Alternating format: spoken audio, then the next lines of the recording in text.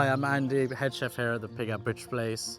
Today we're going to make a nice simple dessert. It's a rhubarb fool, some lightly whipped cream and some bird's custard all mixed together. It's quite a simple pudding you can do at home. The weather's so nice, so I wanted to do this recipe out here in the kitchen garden. Rhubarb fool is a bit like an Eton mess without the meringues. First thing we're going to do is we're going to prep and cut the rhubarb. We've got some rice forced rhubarb harvested from our kitchen garden. We're just going to sort of take the bottoms and the leaves off it, cut them into nice chunky pieces.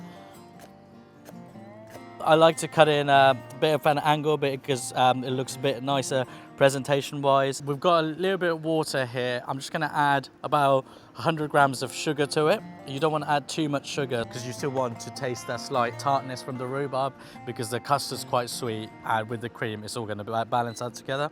So it's just going to gently poach for about a minute or so, and as soon as it's poached we're going to then take him out. And then we're gonna, you're gonna have to chill this before you use it. If the rhubarb's hot, it's gonna split the cream and it's gonna split the custard when you mix it all together. Lightly whip the cream. 200 millilitres of cream to about 200 milliliters of custard. Local suppliers for our cream.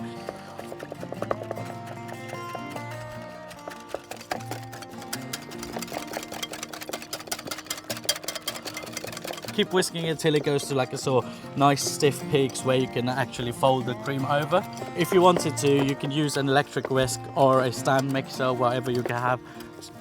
Just be careful with not over whipping because the cream can split if you over whip the cream. So as you can see, the cream's starting to get a bit thicker. This is when you need to be a bit careful. The cream's nice and whipped, and then we're just gonna mix it with our poached rhubarb.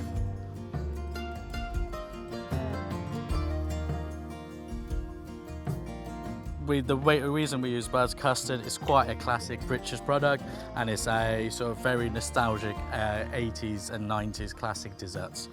So we're going to add a few spoonfuls of that, and so we're just going to fold it all in together nicely. See the layers.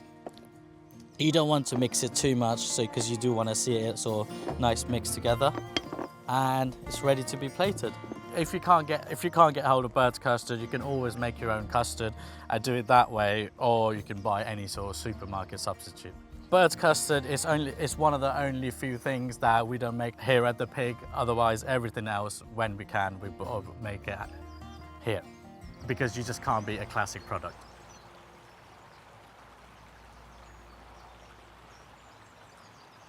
Now that we've mixed all of this together, we're just going to spoon the full mix into the glass. So it's quite a sort of classic rustic dessert. It's plain and simple. I think everyone can do it at home, and we're just going to garnish it with some edible flowers that we grow in the kitchen garden.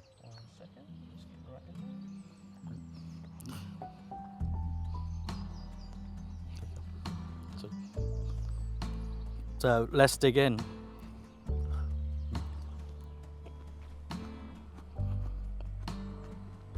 It's a very light dessert. It's not too rich. The tartness from the rhubarb comes through. The richness and sweetness of the custard and the whipped cream, it all goes very well together. Elevated dessert, you can use it for your barbecues or your end of dinner party, and rhubarb is perfect in season right now.